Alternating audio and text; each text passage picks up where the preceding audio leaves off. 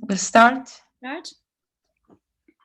Okay, so good morning, everyone, and thank you for coming for our hand face space playground and conversation and project. And we really want to thank all of you who showed up and for the comments that we got during the last 2 weeks, and for the Future Forum who supported us in this project, and also, of course, Tal Alon, who orchestrated everything. And we're happy to say that it's a Israeli-German creative adventure,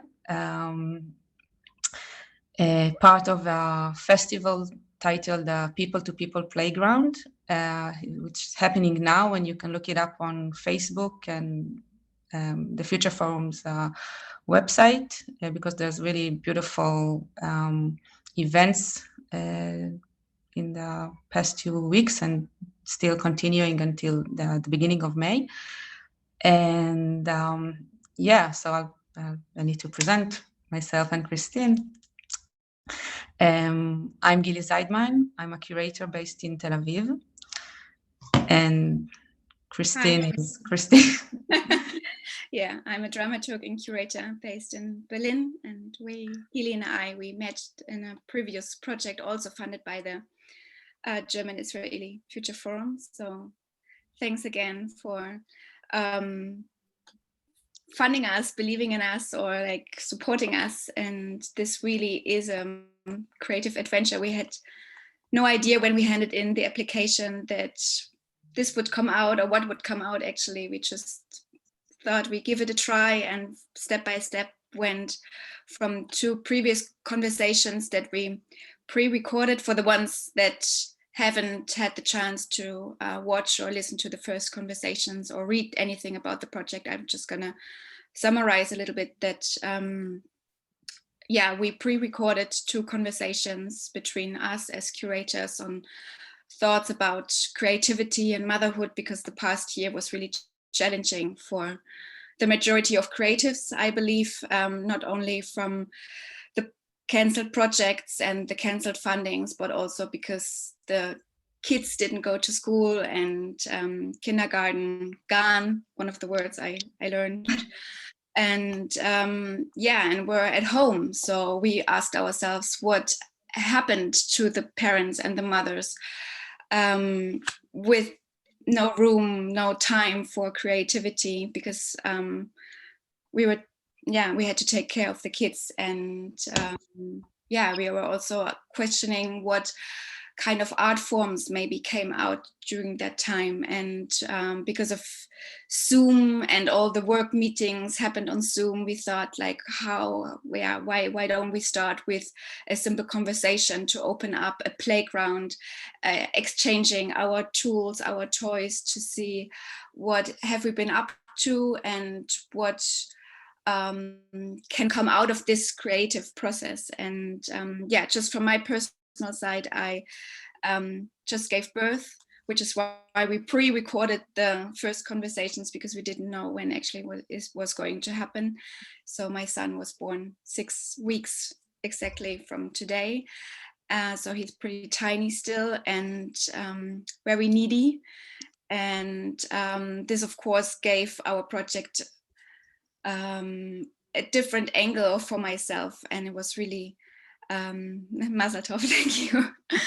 It was really challenging along the way, because we said that this conversation, so the first conversations we played with some questions that we asked ourselves, and in this conversation we said we wanted to share a little bit our experience of the process, and also share the comments that we received, because we felt that we wanted to open up this stage for others as well, and invite them to share their experiences with being mothers or fathers, or struggling maybe during the pandemic. And we felt very supported by you. I also, like a lot of the comments that Gili received, I felt really supported as well, even though it wasn't directly about me.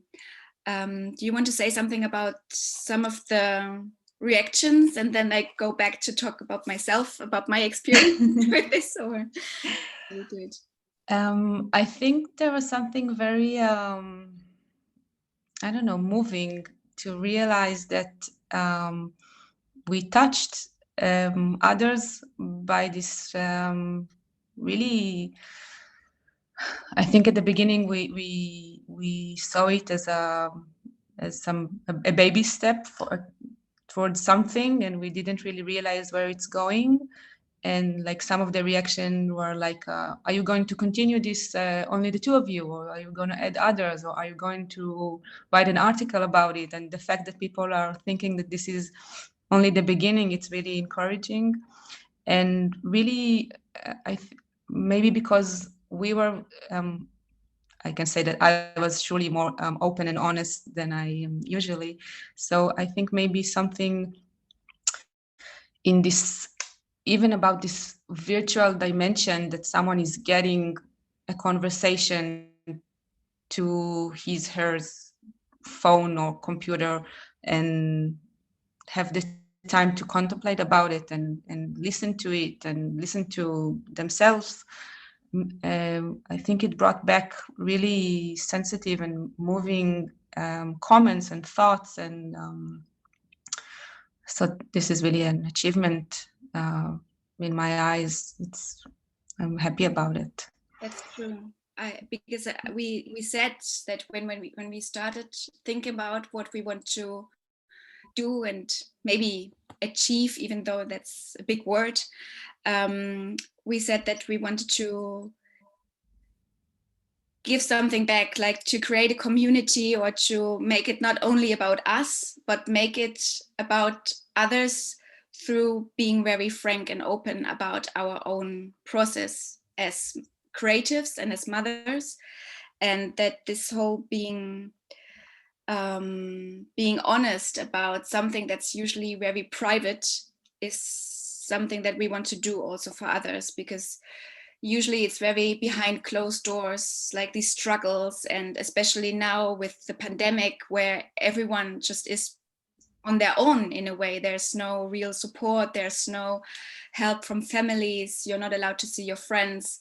I feel very much that there's a connection missing between us humans, and to open up this private space to friends or maybe the public through making it online. I think that's something really beautiful. And from the reactions that we received, we realized that this is really, it's working out. Like what we wished would happen, actually, we saw in the reactions that it was happening. Yeah, and to say, and I bet maybe one more thing, because before we really starting to because this conversation today is going to be structured by our reaction and thoughts to reaction that we got from people who listened, and afterwards we'll open the conversation to an open conversation with you guys, and we'll stop the recording also. And so before we start really talking about the feedback that we got, and like points to think about and to continue from, I would just like to say that there's been a disaster here in Israel last night, and it's a holiday, and during a celebration, people were just crushed and died. And this morning when I saw it, I was like, what am I going to do here now in like 10:30 a.m. and it got me thinking also, like got me back to COVID, and the fact that people are just dying around us, and sometimes you feel it more and sometimes you feel it less. And I don't know exactly what I'm saying, but I wanted to relate to that. And I think that also this conversation and I don't know, should take us somewhere, and keep the flow of sensitivity to others and what it means and how to create art and thoughts and feelings, and in the sake of give something forward and receiving from people that you know or really don't know, just because it's there. So yeah, I guess it's always this question of one of the reactions we received was about where does art come from, and our friend and colleague said it always, for her, it always comes from a very personal spot, from personal experience, and through the artistic process it's understanding this experience of this, what's going on. And I guess with what's happening, being it a horrible accident or a pandemic or just being mothers with kids, kind of like, it's for us as creatives, this helps us to go through this and to understand and to relate to others, I think, to connect with others and get a conversation going and understand also what's going on, I think. And for me, I must say, the experience with this project was very challenging, especially in the days leading up to the festival, because Gili, and you know that I said that before, that I need to always have a balance between taking care of my kids, and I love my kids, and I really love being a mom. I'm very glad that I got to be a mom, and sometimes I experience this as a huge challenge for me to still find room or sufficient room for me to live out my creativity and live a creative life. And now the days leading up to the festival was really challenging for me to keep this balance, because I had to lower my expectations on what I was being able to do. And then I realized that I'm sucking at both from my perspective. Like, I wanted to do much more research on this project and themes I wanted to bring up. And then I realized I didn't have enough time for my baby and his needs, just put my needs like way out of line. And it was really difficult for me to find a balance and to find time and space to just like even think of what I was going to say today. And I was really afraid, maybe I am still a little bit, that this is not going to be one of the brightest conversations I'm going to lead, just because I'm very sleep deprived and full of hormones that attach me to my baby.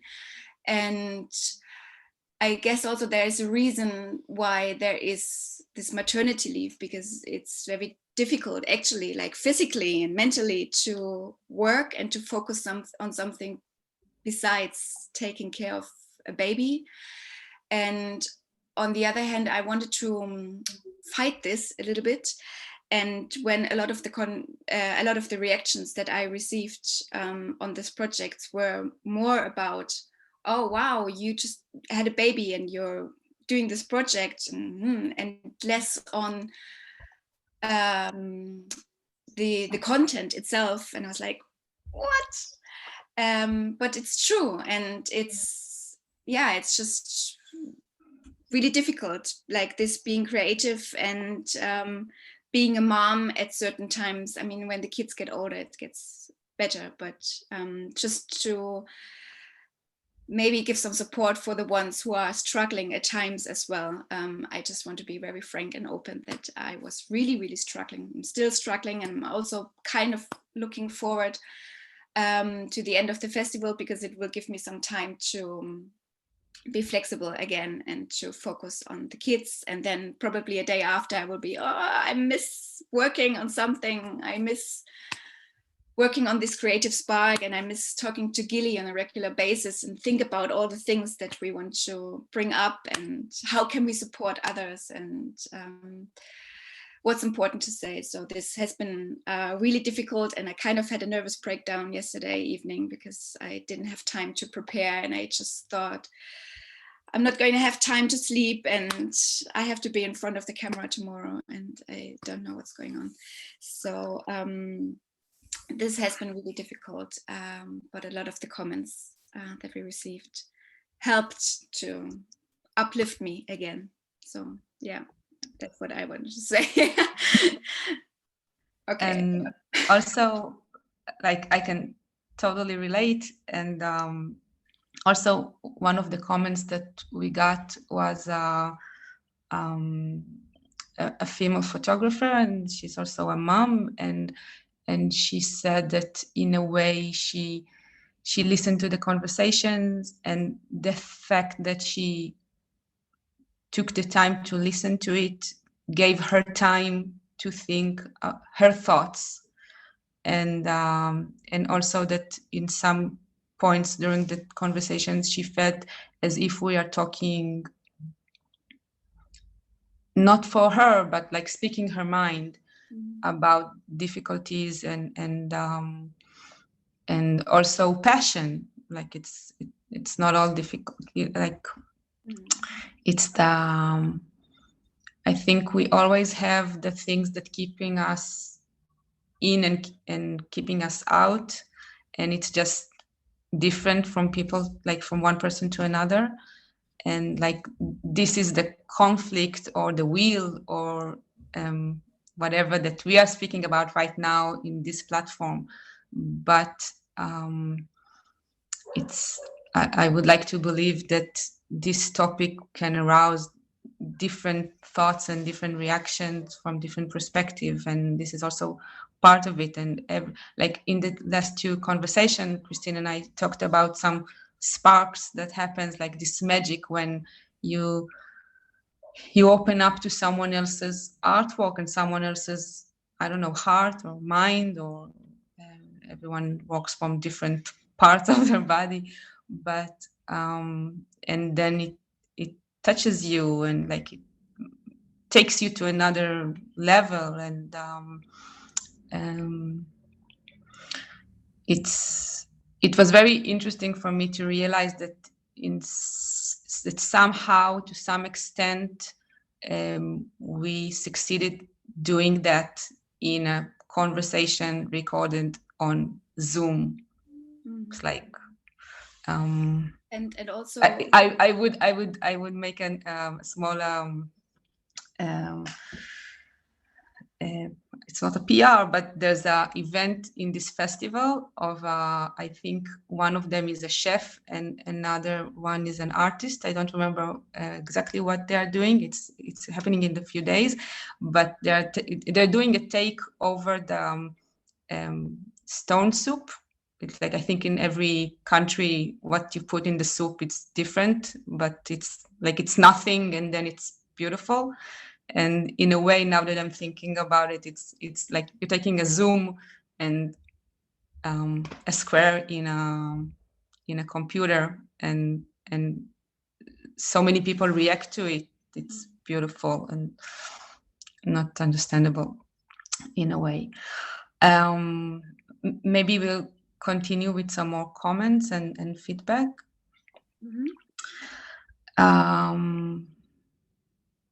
I think I don't know if to read it or not, but in the video channel, Eleonora wrote us a really beautiful comment that, in a way, I think touches a lot of things that we wanted to say, and also it. I think it's a good continue to what Christine just said, and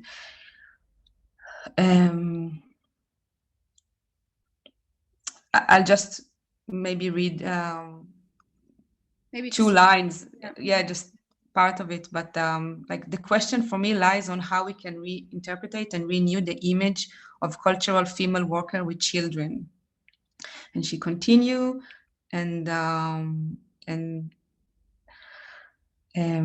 let's start keeping free of mind from social pressure and think about safety as the possibility of taking choices. we are safer, the more we can take choices. Don't be afraid. And you can see it in the YouTube channel, and in a way also this angle also brought up in a conversation I had with Sophie Belzon-Mackay. She's a curator and an artist here in Israel, and she said also something about how there's these patterns and you should fit the pattern, but the pattern is like it's no good, it doesn't fit, and then you squeeze yourself and it doesn't work. And how can we change the structure, and not to apologize for being a mother, not to apologize for being a creative person or whatever. Every person and her practice or his I don't know, difficulty to be the best in his practice because he's also something else or she's something else. Doesn't have to be motherhood or doesn't have to be an artist, but and I think an interesting point that Christine, maybe you want to elaborate more about it is a few days ago, Christine and I talked, and you said that you studied astrology, and there's a house in astrology that it's the children and creativity together, and maybe you can say more about it.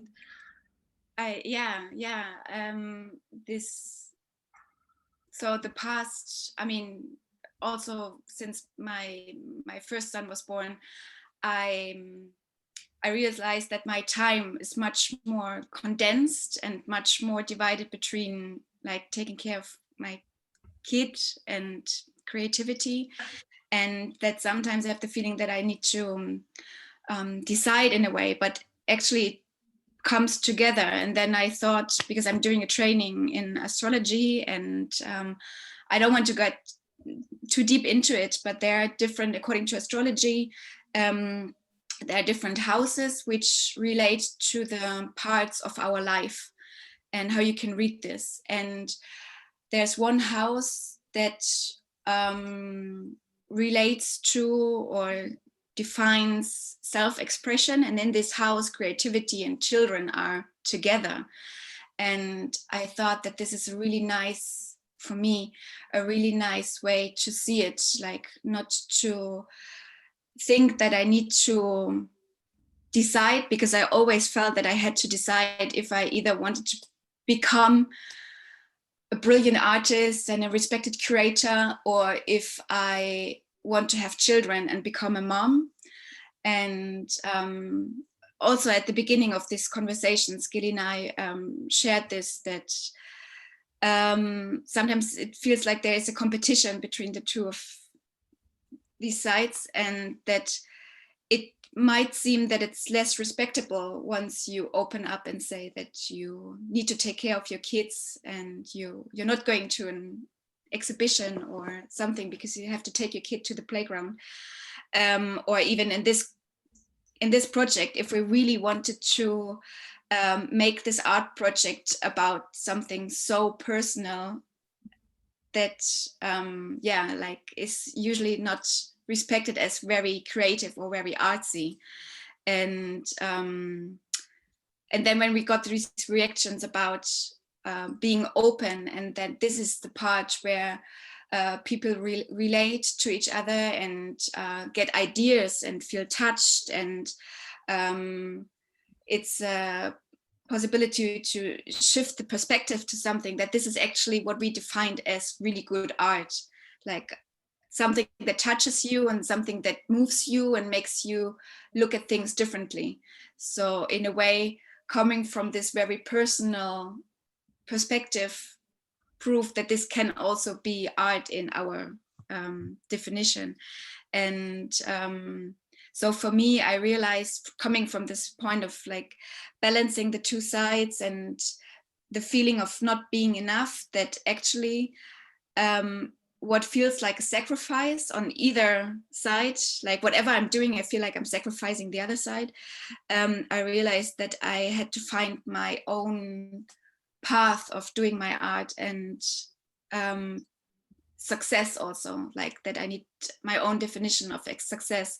And there were a couple of comments, and also from Gili's friend Eleonora, who said that, yeah, we need to be brave and we need a new definition of, how did she put it, the creative worker and the mothers and lovers, and we need a new way to address this in our society also. And she also said that where are the fathers? And we realized, yes, we included very often in our conversation when we sent out emails to network, we addressed the mothers because we knew that they could relate, and we didn't think of so many fathers who were in this struggle. But if there are any fathers listening at the moment, please join the conversation afterwards. And yeah, so I realized that this whole, like, my thoughts and my struggles with this and what I wanted to put out there to empower other women actually came back. It worked the other way around, and I think this is really participatory in a way. And yeah, so that's nice to see that it worked both ways, like us sending something out there and also receiving. And I'm super happy about that, and very glad. I feel very blessed by the people who supported us, and through this also other ones. And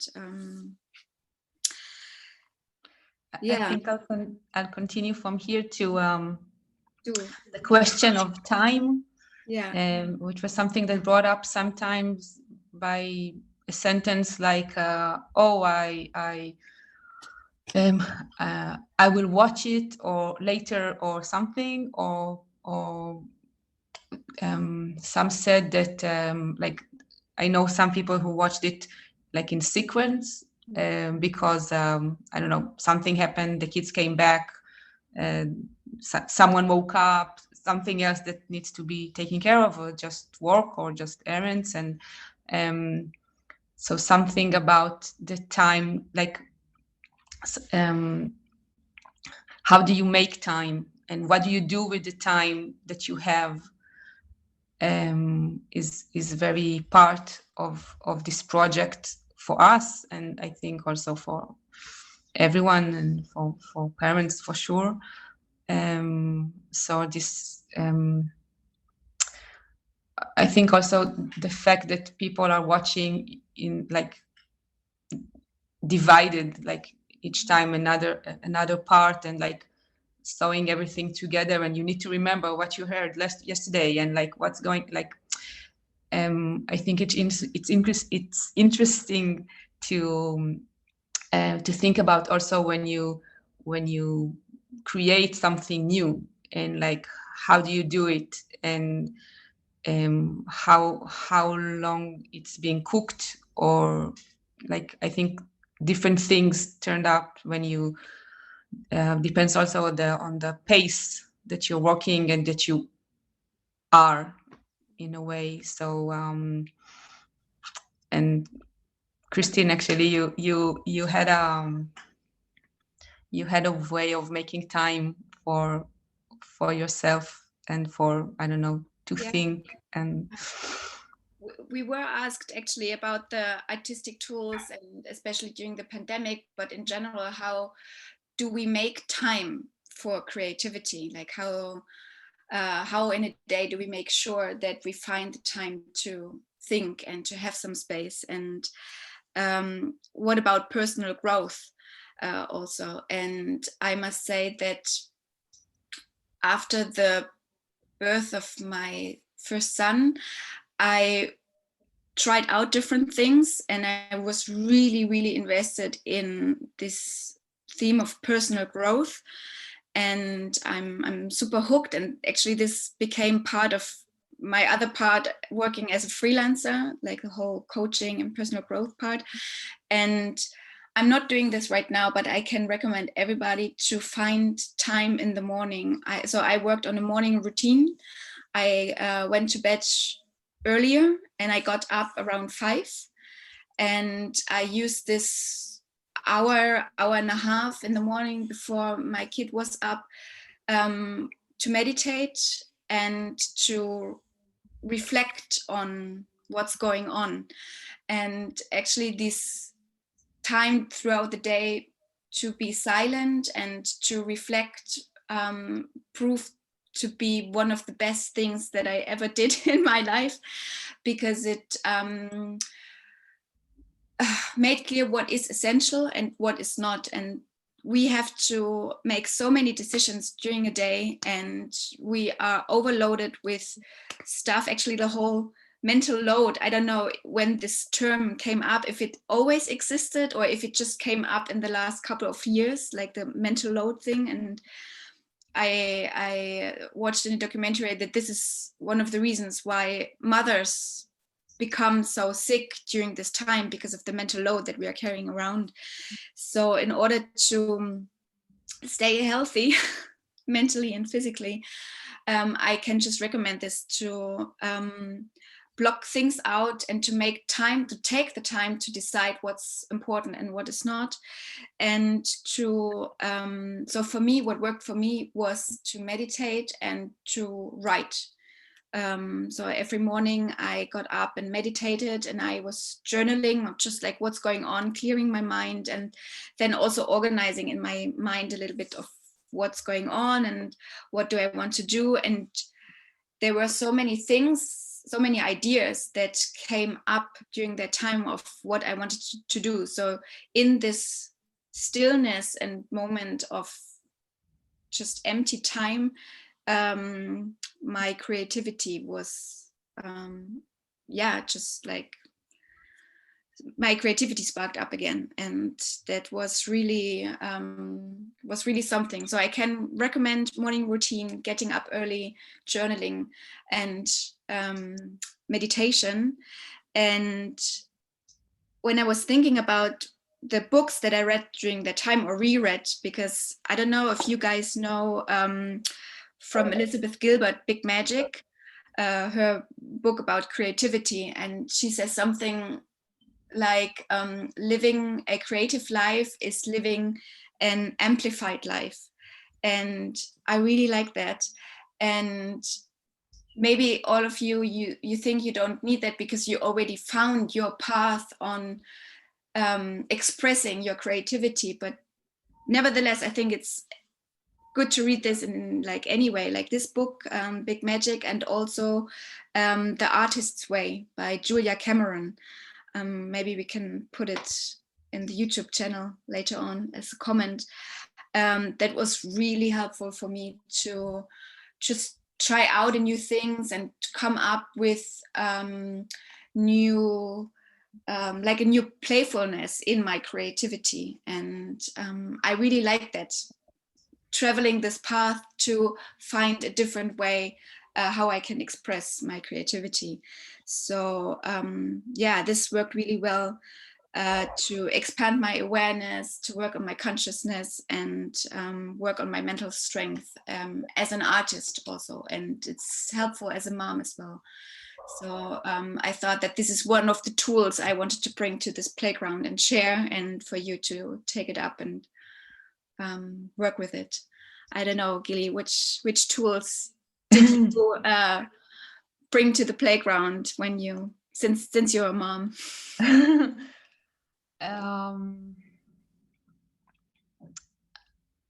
I don't know. I think there's something about flexibility, and I want to say not to take things personally, though everything is so personal, but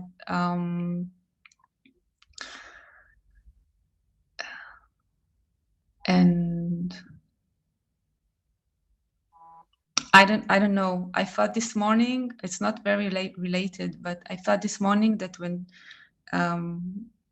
Tilia, my older daughter, when she was tiny and breastfeeding, so I used to put, like, I knew that she will fall asleep and that I wouldn't like to move because I would be afraid that she wake up, or even at the beginning when you still don't do so much.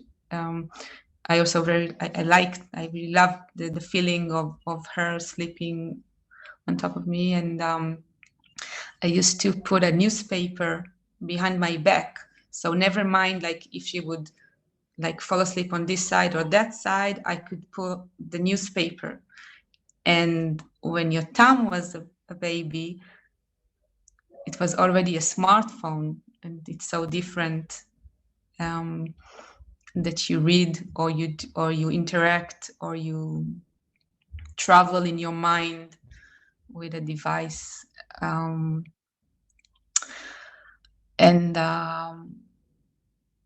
like in the previous conversation, I spoke about my son and the fact that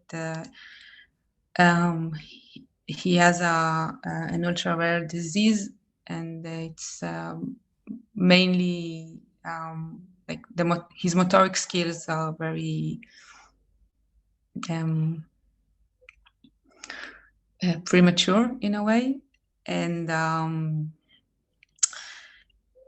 when we prepared this conversation, Christine and I, we also talked about diversity and how when we are working with other people, so we are exposed to other people's experiences and thoughts and feelings, and how we can also bring ourselves and to really be there with to learn more and to grow as people. And this morning, it's I'm taking a few things that you said and I'm making my own salad of it. That's But what we do. when I got this email back with this question of time, like, how do you make time for yourself? And like, I remember that when Tilia was little, I told my brother that the only place I have really for my own, the only place that I'm alone, is when I'm taking a shower. And at the time he told me that it's sad, and I don't know if it's sad, but it's different. And this morning also, maybe because I was a bit stressed, and like Itai took the kids, and I took a shower, and then I thought about this stand-up by Hannah Gatsby, Nanette. Maybe some of you saw it and some of you didn't, and I urge you to see it. And I was really moved by her act and her story and how she chose to tell it. And at the time, I think, I don't know when it was, through her, I also thought about Yotam and how someone is different and from what people are used to, and therefore needs to justify himself, herself, themselves, and this question of diversity, I think it's really it's something that it's in my mind. I think it always has, but I'm sorry, I'm a bit unclear, so I'll try to gather myself back. But Not funny. I think I know what you're trying to say. Yeah. I think this place where personal and professional comes together, I think it's really the place where things are starting to, like, when it's good. And the fact that someone can share his story and it will find me or someone else in a different place, but really to the core, also reminds me how important it is to work as teams. And during COVID, I think it was about a year ago, I was in this conference of like photography curators, and one of the panels was titled Black Lives Matters, and one of the speakers was Mark Sidi. He talked about his book Decolonizing the Camera: Photography in Racial Time, and he said that like how important it is to work in diverse teams, because then everyone is each of us is sensitive for a different angle. And he said like, I really, you go to a conference and then you remember one sentence or two sentences. And I remember that he said that like, I'm queer and I'm Black, and like, this is the angle that I promote, but I know that I need to work in a team because I still have blind spots for others. And this realization is really strong for me. And like during the last year, I'm driving more because Yotam kindergarten is we need a car to get there. So I have more images and thoughts about from driving. I really feel that it affects me. And one of them is really to think about blind spot, because you really can do it all by yourself. But I'm saying it in a good way, not in a damsel in distress kind of way, but really in a community sense. Because when you're driving, you have your mirrors, or you have someone with you in the car that can, I don't know, give you another angle that you don't really see. And this is also right when you're walking or with the kids, or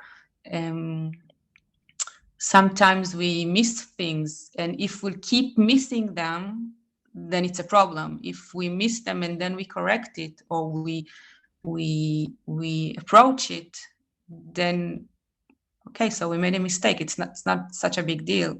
But if we still don't see it, and so it's buried, and then it starts to, the ground changes because there's something different in the structure. What I like about his comment, if I can, are you okay? Me interrupting. What I like about his comment was that I felt that this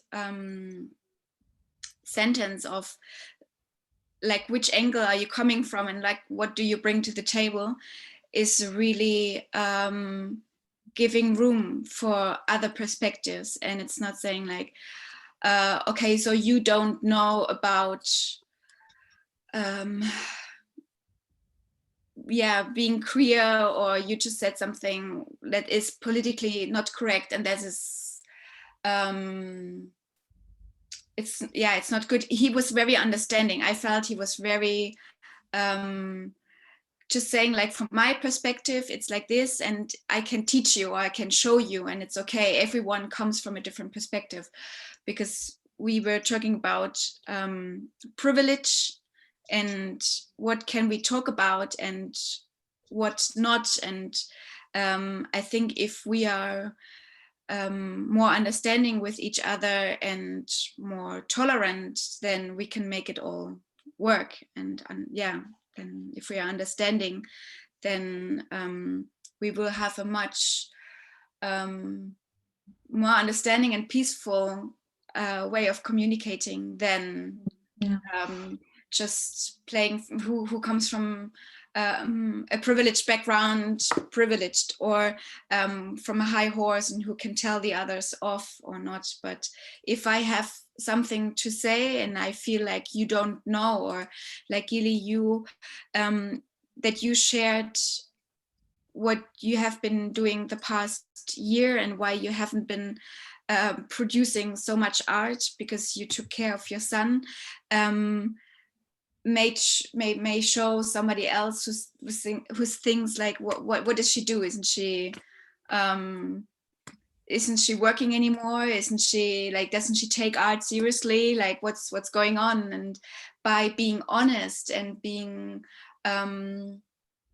yeah, like putting yourself in and sharing personal experiences, we can actually come together and communicate properly without assuming and without telling each other off.